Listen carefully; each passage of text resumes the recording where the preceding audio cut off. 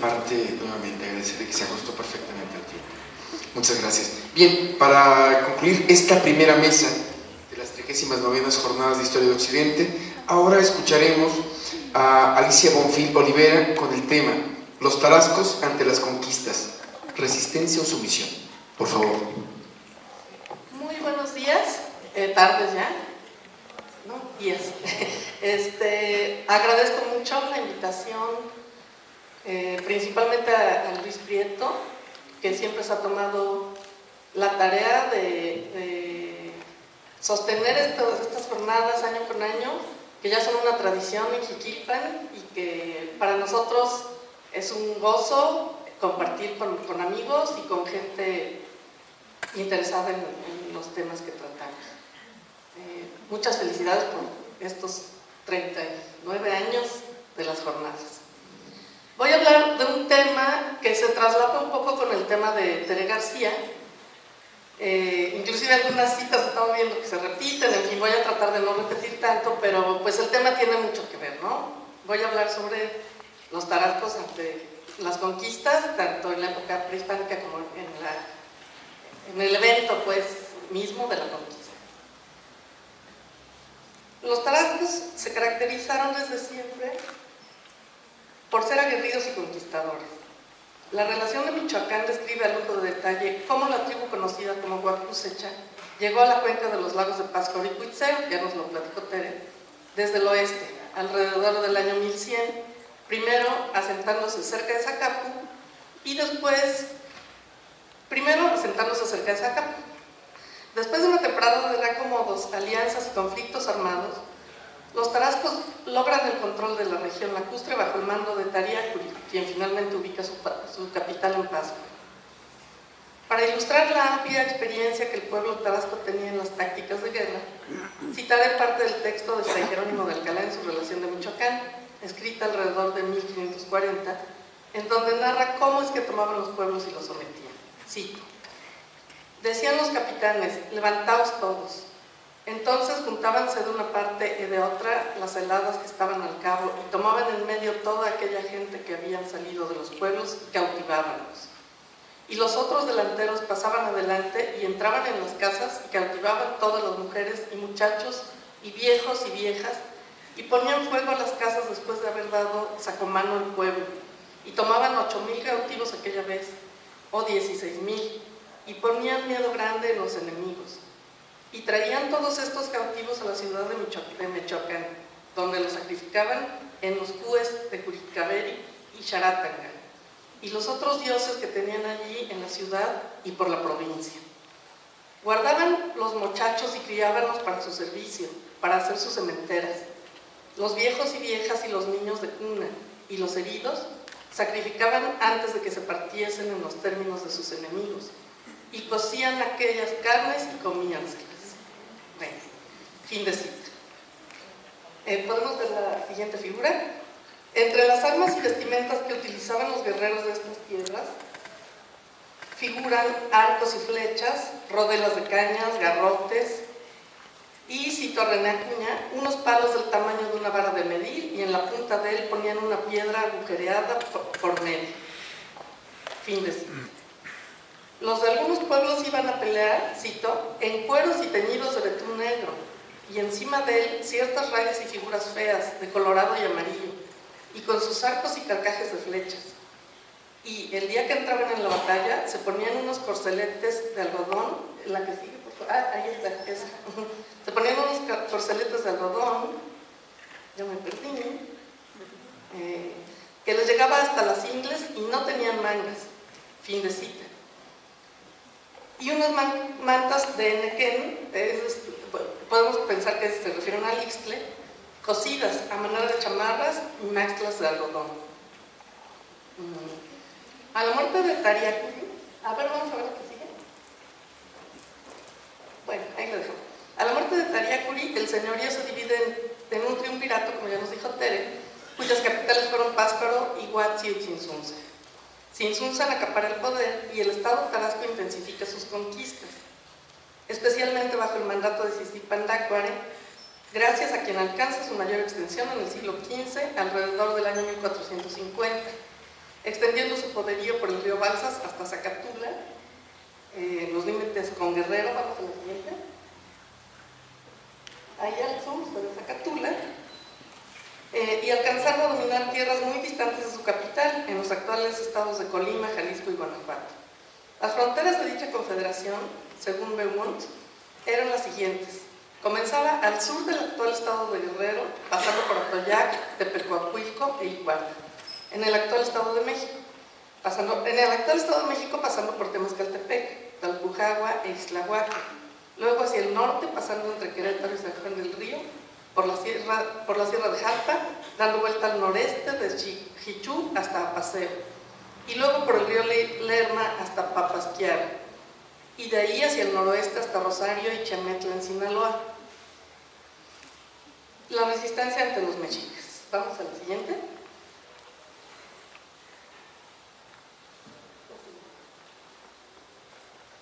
La frontera tarasca hacia el oriente colindaba con los mexicas, igual de poderosos y de ambiciosos que ellos, y quienes también estaban permanentemente en busca de una mayor expansión. Ante la presión de aquellos, los tarascos se aliaron con la mayor parte de los reinos y señoríos del occidente y formaron una especie de confederación. La primera mención de las hostilidades entre tarascos y mexicas es de Alcalá, quien señala dos incursiones tarascas en el Imperio Mexica bajo el reinado de Tzitzipandácuaro, primero en Toluca y después en Jocotitlán.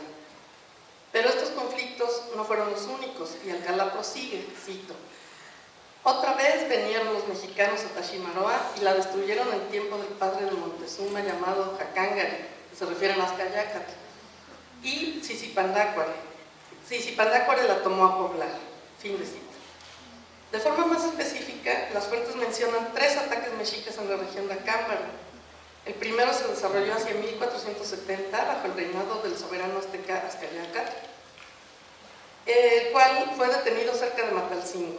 Más tarde, a principios del siglo XVI, el soberano azteca Moctezuma II inició una nueva incursión, comisionando para ella al capitán tlaxcalteca Tlalhuizioli. Esta expedición fracasó cerca de Sinapecuaro. Poco tiempo después, Moctezuma II envió una nueva ofensiva que fracasó nuevamente entre Marabatío y Zitácuaro. Como se advierte, la historiografía conserva la memoria de numerosas guerras entre los tarascos y los mexicas.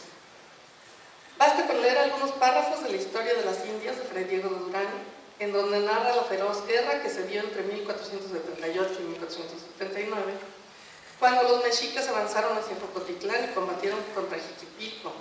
Para tener una idea de lo bravos y aguerridos que los tarascos eran, así como de los vastos conocimientos que poseían tanto en cuanto al manejo de las armas como a estrategia militar se refiere, cito. Podemos ver la que sigue. Mientras los mexicas planeaban un ataque a Michoacán, Azcayácatl mandó a sus espías para que averiguaran la cuantía y demás características del ejército tarasco. Así, alcanzaron a saber que como el tarasco traía 40,000 hombres de guerra y que las armas en que más estribaba eran las hondas y varas tostadas arrojadizas, arcos y flechas y macanas con cuchillos de navajas, porras y otras armas ofensivas con muchas muy galanas rodelas y divisas de oro y plumas. Descubrieron la gente, esto ya lo mencionó Tera hace un ratito, voy a repetir, es otra cita de Durán. Descubrieron la gente tarasca muy en orden y lucida con todos los señores delante, tan llenos de oro y joyas y plumas, tan resplandecientes y relumbrantes con el oro, brazaletes y calcetas y orejeras, y besotes y apretadores en las cabezas de oro, que a la salida del sol, que era la hora en que los descubrieron, que con el resplandor quitaban la vista. Después de que un grupo de representantes del ejército tarasco trató de disuadir sin éxito a Azcayácatl, preguntando cuál era el motivo de su acometida, que si acaso los matlatzintes lo habían mal aconsejado, cito: arremetió el ejército tarasco con tanta furia que en breve tiempo el ejército mexicano empezó a desmayar y volver las espaldas. Fin de cita. El rey de Azcayácatl reforzó su ejército con gente que traía de otras provincias, y cito: cuando el ejército de esta manera le sustentó la guerra todo el día hasta puesto el sol, no sintiendo en los tarascos punta de flaqueza, antes mucho valor y destreza. Fin de cita. Con nuevos refuerzos humanos y de armamento, al día siguiente hubo una segunda batalla. Y sigo citando algo que ya mencionó Tere también. Así acometieron a los tarascos y fue tan sin provecho la arremetida que como moscas, dice la historia, que caen en el agua, así cayeron todos en manos de los tarascos. Fin de cita. En esta batalla que tuvo efecto en Charo, los tarascos ostentaron tal resistencia que el dato suena inverosímil. Si la fuente no miente, 10,000 de sus guerreros vencieron a 24,000 aztecas. Los purépechas no retrocedieron ni un centímetro y en ella cayeron muchos nobles guerreros mexicas. El mismo Xcayacat fue seriamente herido en una pierna, tras lo cual falleció después de meses de infructuosa recuperación. La derrota mexica fue contundente y solamente consiguieron regresar a Tenochtitlan unos pocos miles de sobrevivientes. Alrededor de 20,000 fueron muertos o hechos prisioneros, escapando de manera vergonzosa y siendo perseguidos por los purépechas hasta las cercanías de Toluca. Después de esto, los aztecas nunca más volvieron a emprender otra campaña de conquista contra los tarascos. La que sigue, por favor.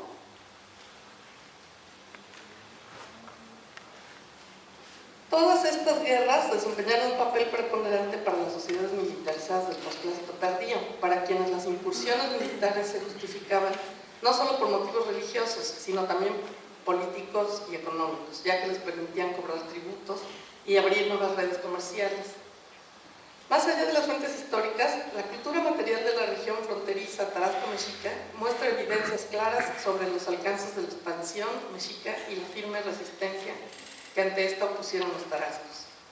Para el posclásico, los asentamientos arqueológicos de uno y otro lado de esta marca territorial se distribuyen claramente sobre el terreno.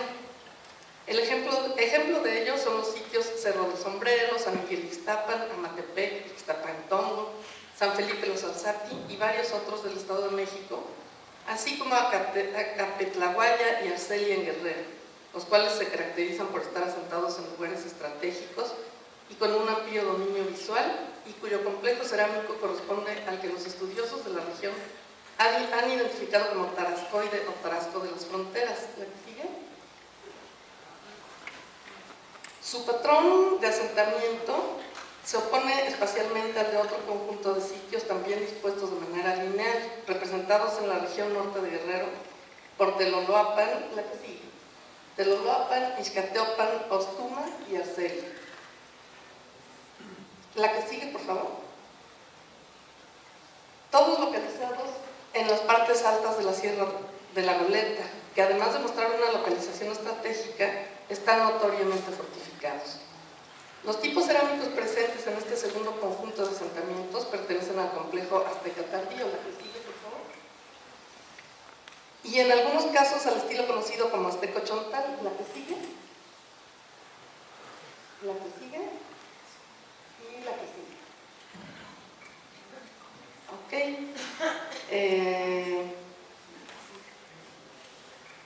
Confirmándose así la alianza que, de acuerdo con las relaciones geográficas de René Acuña, existía entre ambos grupos para contrarrestar la expansión de los tarascos.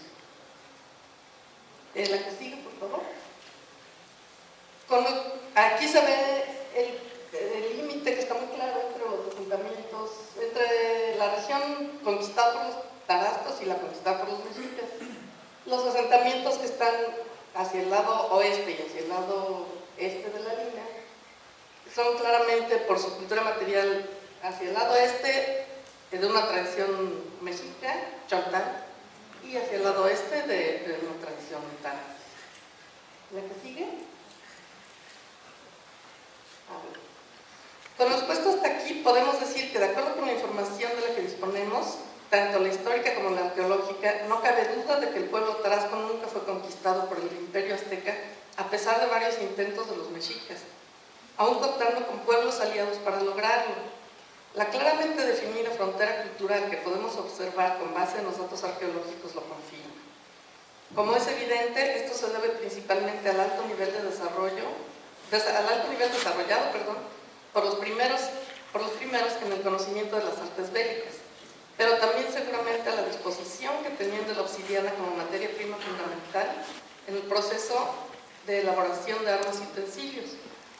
la especialización que alcanzaron en cuanto al trabajo de la misma y a las innumerables coaliciones que sostenían con algunas tribus chichimecas y demás pueblos vecinos. En este sentido, son muy importantes los yacimientos de obsidiana que están cerca de Sinapecuaro, y hay que hacer notar aquí que aunque los tarascos siempre trabajaron, bueno, llegaron a conocer muy bien el trabajo de los metales, eran metales puros, eran el cobre, era el oro, y por eso nunca los utilizaron para fabricar armas, ¿no? Eran de ornamento, eran para agujas, para anzuelos, para utensilios, pero para la guerra utilizaban obsidiana. La conquista española. ¿Por qué los tarascos se sometieron? Conociendo los guerrillos y expertos en materia de batalla que eran los tarascos, no es fácil entender cómo es que recibieron a los conquistadores españoles de manera tan pacífica y que se dejaran someter por ellos tan dócilmente. El doctor Schondube plantea 3 opciones posibles a este respecto. La primera, dice, el Casonzi esperaba al rendirse un trato adecuado dentro del sistema que se avecinaba. Esta posibilidad es razonable, pero hasta ahora no ha sido sustentada históricamente. La segunda posibilidad es que los tarascos consideraban a los hispanos como seres sobrehumanos, aspecto que fue fortalecido por augurios fatalistas previos a su llegada. Aunque desde nuestra actual idiosincrasia no resulte lógica, esta es una posibilidad real de acuerdo con la cosmovisión de aquellos pueblos. Cito a Alcalá. Dijo entonces el Calzonzi: muchos tiempos ha que está fundada México y es reino, y este de Michoacán. Estos 2 reinos eran nombrados, y en estos 2 reinos miraban los dioses desde el cielo y el sol. Nunca habemos oído cosa semejante de nuestros antepasados. Si algo supieron, no nos lo hicieron saber Tariaculi y Jirépani y Tangashan, que fueron señores, que habían de venir otras gentes. ¿De dónde podían venir, sino del cielo los que vinieron? Que el cielo se junta con el mar y de allí debían de salir, pues aquellos venados que dicen que traen, ¿qué cosa es? La que sigue, por favor. Y continúa la cita. Mátenlos a los mexicanos que muchos días ha que viven mal, que no traen leña para los cues, mas oímos que con solos los cantares honran a sus dioses.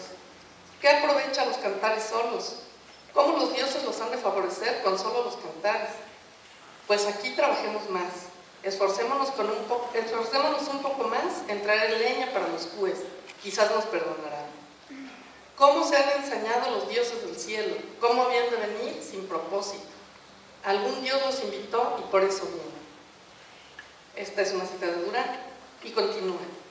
Vinieron 3 españoles con sus caballos y llegaron a la ciudad de Michoacán, donde estaba el Casonzi, y recibiólos muy bien y diéronles de comer, y envió el Casonzi toda su gente, entiznados, a casa. Y tomaron muchos venados y presentáronles 5 venados a los españoles. Y ellos le dieron al Casonzi plumajes verdes y a los señores. Y el Casonzi hizo componer los españoles como componían ellos a sus dioses, con unas guirnaldas de oro, y pusiéronles rodelas de oro al cuello, y a cada uno le pusieron su ofrenda de vino delante, en unas tazas grandes, y ofrendas de pan de bledos y frutas. Decía el Casonzi: estos son dioses del cielo. Y dióles el Casonzi mantas, y a cada uno dio una rodela de oro. La que sigue, por favor. Este es el recibimiento que le dieron a los conquistadores. ¿La que sigue? Ay. No, la que sigue no. Todavía no. Los textos arriba citados corresponden a la época en que el Casonzi Zuangua todavía gobernaba. Las fuentes relatan que antes del arribo de Cristóbal de Olid y su gente a Sinsunzan, Zuangua murió por una epidemia de viruela y lo sucedió su hijo mayor, Tangasha, mencionado también como Sichinche. La tercera opción, regresamos a las 3 opciones que proponía Schondube, por qué se habían dejado de conquistar tan fácilmente los tarascos. La tercera es, pese a nunca haber sido vencidos por los mexicas, los tarascos reconocían su poderío, y el hecho de que estos hubieran sido derrotados por los españoles les hizo pensar que su lucha no tendría esperanza. Esta posibilidad es la que parece más cercana a la realidad y a la lógica si se considera lo relatado por Alcalá respecto a lo que los enviados de Moctezuma dijeron al Cazón Zitangashan durante un encuentro en el que solicitaron decidido hacer frente al ejército invasor y pelear. No obstante, después de ver que la población indígena de Michoacán se vio muy disminuida por la misma epidemia de viruela que mató a su padre, y de saber que la conquista de los españoles sobre el Imperio Azteca, finalmente el rey Purépecha juró lealtad como vasallo del rey de España sin luchar en el año 1525. De esta manera, sin pelear ni oponer resistencia alguna, el fin del Imperio Tarasco comienza con el arribo del capitán Cristóbal de Olidas Insunza el 25 de julio de 1522. Quizá cuando el rey Tangashan se dio cuenta de que quienes habían venido de fuera no eran dioses ni enviados de los dioses, ya era muy tarde. Posiblemente quiso evitar que su pueblo pasara las penurias que habían sufrido sus enemigos, los mexicas, cuando los españoles ocuparon su territorio. Y sabiendo que de todos modos lo iban a perder todo, decidió mejor entregarse por las buenas, esperando un mejor trato. O tal vez los extranjeros se comportaron amablemente a su llegada y las consideraciones que tuvieron para con el Cazonzi los mantuvieron tranquilos y en paz a él y a su pueblo. Lo que sí sabemos es que las consideraciones y el buen trato no duraron mucho. Para 1529 o 1530, una segunda avanzada de conquistadores, comandada por Nuño de Guzmán, incursionó en Michoacán y en algunas partes de Guanajuato con un ejército de 500 soldados españoles y más de 10,000 guerreros indios aliados. Sacaron la región y ordenaron la ejecución de Tangashan después de haberlo torturado, lo que provocó una situación caótica y violencia generalizada entre su gente. En 1533 la corona envió a Michoacán la experiencia de quien fuera oidor y más tarde obispo, don Vasco de Quiroga, quien logró establecer un orden colonial duradero con base en la evangelización y la doctrina cristiana, en un pueblo ya muy disminuido y vapuleado por los primeros conquistadores. Ni los relatos de los descendientes de aquellos grandes estrategas de la guerra, plasmados en las fuentes históricas, ni los restos materiales que dejaron a su paso por la tierra de los lagos, nos podrán resolver la incógnita de por qué los tarascos, con la fuerza, la experiencia, la cantidad de conocimientos y las alianzas que tenían con otros pueblos, dejaron en manos de los conquistadores toda esa riqueza de la tierra y de los lagos. Tal vez el motivo fue que nunca tuvieron claro que todo eso les pertenecía, que los cuerpos de agua y los peces que ahí vivían, las aves que sobrevolaban, los bosques con sus árboles, la tierra que sembraban y lo que de ella cosechaban, así como la obsidiana, que aquí se conoce como chinapo, que sacaban de sus entrañas, era todo suyo. Siempre creyeron que todo eso les pertenecía a aquellos dioses que todo lo habían creado, inclusive a ellos mismos. Y nunca se imaginaron que esos mismos dioses regresarían para arrebatárselos. Gracias. Ahora sí, Laura.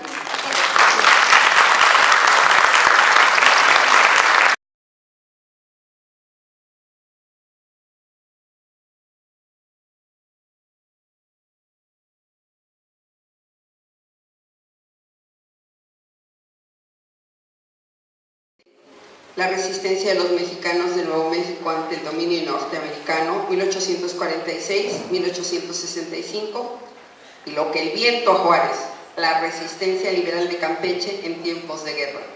Entonces, por favor, Nora, si iniciamos. Sí, me oye, ¿verdad? ¿Se oye bien?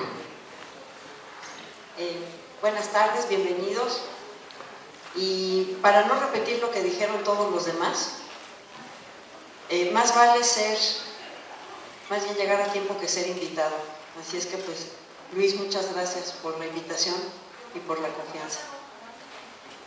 En mi tema, obviamente solo tomé algunos casos de algunas mujeres que resultaron muy interesantes y en especial porque son afromestizas, pero es un cuerpo de investigación mucho más amplio y se llama Sutiles formas de resistencia entre las mujeres afromestizas del siglo XVII-XVIII. El verbo resistir, de acuerdo con las definiciones de los diccionarios de la época, dispone de un abanico de matices. En el más extremo, resistencia implica una abierta rebeldía, es oponerse, rechazar, repeler, contrarrestar, aunque también es repugnar o contradecir la acción o violencia de alguna cosa y defenderse de ella. En un nivel más suave también se incluye tolerar, aguantar o sufrir. Muchas y variadas son las formas que los humanos han desarrollado para responder a los incordios de la vida cotidiana, o lo que es lo mismo, cada quien mata pulgas como Dios le da a entender. Durante los siglos XVI y XVII en la Nueva España, si bien son de exploración, ajuste y reacomodo, especialmente para la población de color, las situaciones de dominación como el esclavismo, la servidumbre y su dudosa calidad de miembros de castas los llevará a manifestar una resistencia activa como en intentos de huida y cimarronaje, que solo desatará medidas punitivas de parte de los amos y autoridades aún más fuertes, como castigar a latigazos a los huidos y a sus colaboradores. Los llevará a colocar grilletes, cadenas o collarines que les impidan la huida, a encerrarlos en obrajes o minas. Reincidir, continuar resistiendo, implica pagar con la vida o, en el menor de los casos, sufrir la castración. Levantamientos hubo en la Ciudad de México, como los de 1537 y 1612, en los que los esclavos africanos sobrepasan en número a los vecinos españoles. Rumores de descontento, de acabar degollando a la población varonil blanca y entronizar a una pareja de reyes africanos contando con el apoyo de los disgustados indígenas, son solo el inicio para la respuesta brutal del sector dominante sobre los oprimidos. La aprehensión, descuartizamiento, salar sus carnes como animales para ejemplo de los demás. En la confabulación de 1612, las autoridades reaccionan con severidad. De entre los 35 conjurados, hay 7 mujeres negras que son llevadas con grilletes a la cárcel. Fueron ejecutadas en la Plaza Mayor por ahorcamiento y sus cabezas fueron cortadas y colocadas en picotas. Si la dominación es particularmente severa, lo más probable es que produzca un discurso oculto de una riqueza equivalente.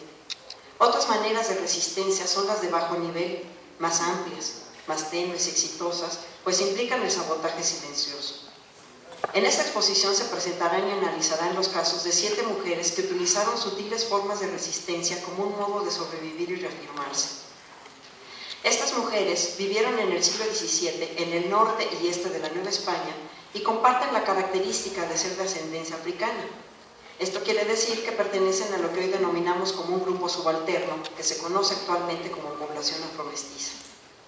La pintura virreinal acerca de un grupo social esclavizado, en la mayor parte de los casos y en todos oprimido, va cambiando hacia la de muchos individuos libres y con mayor poder de decisión sobre sus vidas, que desde un estatus de subordinación y desventaja buscan integrarse a la sociedad novohispana en la mejor situación posible. El fenómeno económico y social más importante de la Nueva España durante el XVII es la expansión hacia el norte. Durante aquel siglo, nuevas regiones se exploraron y colonizaron. Se descubrieron minas, se establecieron ciudades, reales mineros y haciendas. Nuevos caminos se abrieron al comercio y se produjo una importante migración del centro del virreinato hacia el septentrión. En el norte novohispano, la población de origen africano, que era la mayor parte de la fuerza de trabajo en las minas y muy importante en las haciendas ganaderas, gozaba de una amplia movilidad debido al surgimiento y agotamiento de vetas de mineral. Una vez que una mina se agotaba, los trabajadores negros y mulatos emigraban a otros lugares ofreciéndose como cargadores, mineros, curadores o separadores de azogue, y en caso de no hallar trabajo se dedicaban al vagabundeo, a asaltar caminos y robar ganado. Era propio de los negros y mulatos que gastaran su salario en beber y en mujeres. Eran, en general, una población marginal, caótica, inestable, y los negros los elementos más volátiles. Hacia el siglo XVII, la Inquisición novohispana enjuiciaba a los negros no por herejía, sino por blasfemia, y las artes negras de magia y hechicería eran vistas como sus transgresiones particulares.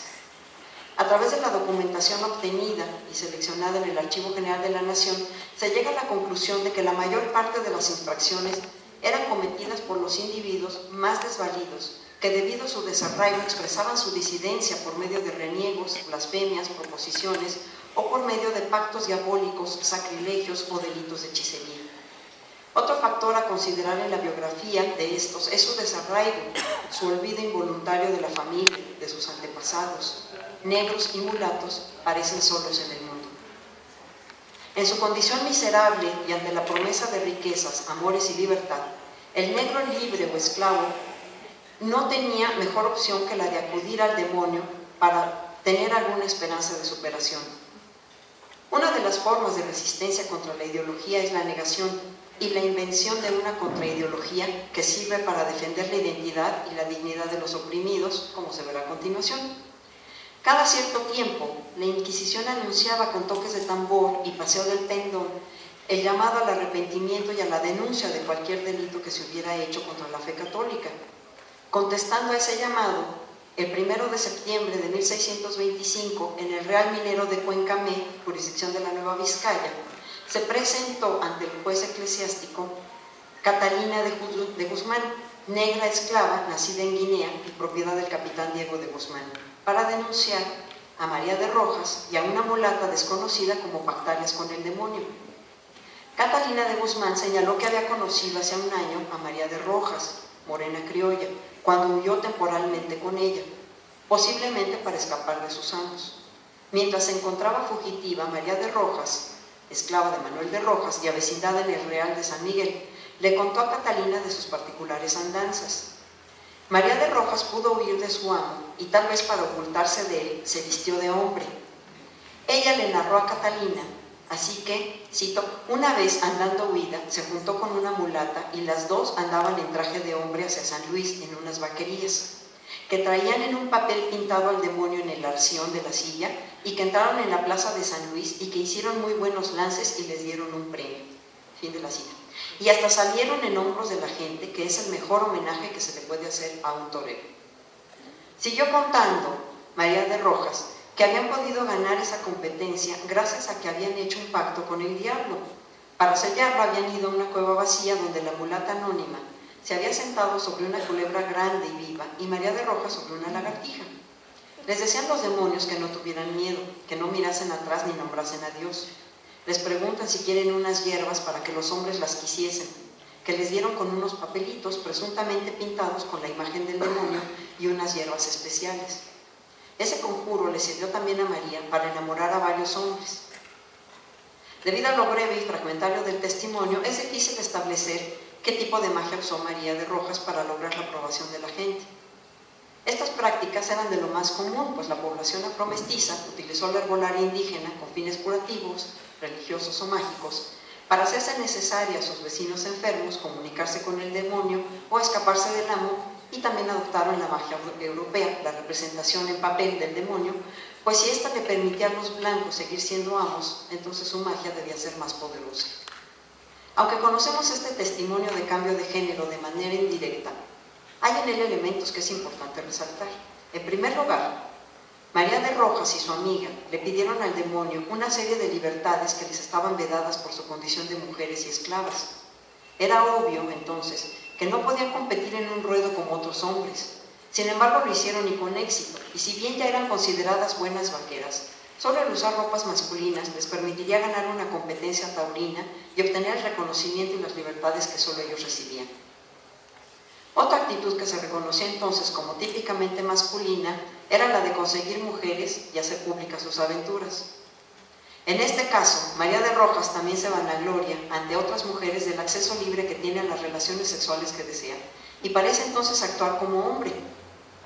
Hay que hacer notar que tanto María como la mulata, la anónima, no desean ser hombres, sino solo ser reconocidas como tan valientes, libres y capaces como aquellos. Otro caso que conocemos es el de la negra Antonia de Soto o María Antonia de Noriega. Ella misma se presentó ante el juez de la Inquisición en Parral, Real Minero de la Nueva Vizcaya, en mayo del 1691, para denunciarse como pactaria con el demonio. Durante el proceso se confesó nativa de Durango, de condición esclava, propiedad de Francisco de Noriega. Según su narración, se escapó de casa de su amo hacía ya 6 años gracias al uso de unas hierbas que una criada indígena le dio y que la volvieron invisible para su amo, quien ni siquiera notó cuando se fue, aunque salió enfrente de él. A lo largo de esos 6 años continuó usando de esas hierbas, además de rosas y peyote, que usaba para apostar, etc. Ella creía que estas sustancias la ayudarían a proseguir con sus andanzas, pero también pidió ayuda al demonio para que le ayudase en ciertos momentos de necesidad, a torear, a domar caballos, a pelear y tener suerte en el juego. En su vida la acompañó el indio Matías, con quien tuvo un hijo en la misión de Las Bocas, Nuevo León. A partir del alumbramiento, Antonia decidió vestirse de hombre para facilitar su movimiento. Sirvió por poco tiempo a distintos amos como criada doméstica. En cierto momento, cansada de los maltratos que le hacía el indio Matías, decide matarlo y dejarlo en el desierto. Después de esto, huye nuevamente, ahora acompañada de Juan Juárez, su cuñado. Durante sus largos y precipitados viajes, Antonia fungió como arriera, asaltante, toreadora y vaquera, oficios que la llevaron a Durango, Valle de Puanas, Parral, el presidio de Tepehuanes, Villa del Nombre de Dios, Santiago Papasquiaro, San Miguel el Grande, Veracruz, San Luis Potosí y la Villa de Sinaloa.